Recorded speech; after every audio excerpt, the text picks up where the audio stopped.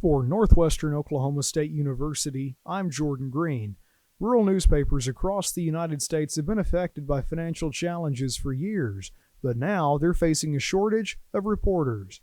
Across Oklahoma, editors and publishers say they've had difficulty recruiting new journalists to tell the stories that matter to people outside metropolitan areas. But amid the hiring woes they face, new media pioneers and nonprofit organizations are stepping up to help rural publications keep telling stories about city councils, school boards, and crime and corruption. Their goal: to make community journalism vibrant and self-sufficient. Kim Kleeman is the Senior Vice President of Report for America, a national nonprofit service organization that uses grant funding to help place reporters in newsrooms across the nation. The organization pays for a portion of a reporter's salary for up to 3 years to work at one of the organization's partner newsrooms, allowing the reporter to cover a specific area of news called a beat. For some, that work involves reporting on politics, while others may report on courts and police, to name a few. So in all of the communities we work in, we're in 205 or so newsrooms.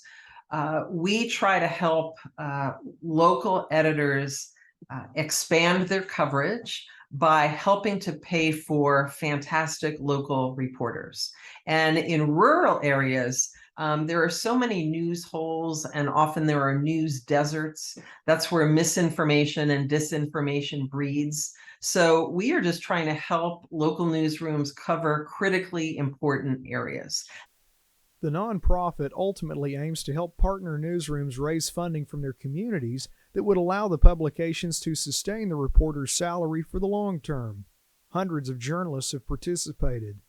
While nonprofit funding and community donations may be one solution to ease the troubles small papers face, the leader of one relatively new media corporation says community members without formal collegiate journalistic education may be the ones who can best keep small-town newspapers going. Jeremy Golban is the CEO of Cherry Road Media, which has purchased multiple small-market rural newspapers in the last 2 years from Gannett, one of the largest newspaper chains in America. Golban has repeatedly said he believes in the future of local news, and community involvement will be key. In Wellington, Kansas, the newspaper his company purchased had not been able to find a full-time editor until a community member offered to do the job. Golban says it has been a success.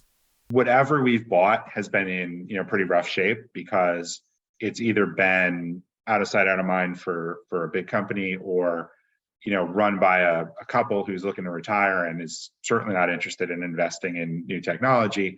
So we've had to really do some rebuilding. We've had a very hard time finding staff, particularly editorial staff. So we've had to come up with some creative ideas there around trying to bring new people into the industry who maybe weren't, traditional journalists, and just look for, creative solutions to make it work. Golban also said he believes that newspapers need to consider getting into video streaming to help diversify their revenue sources.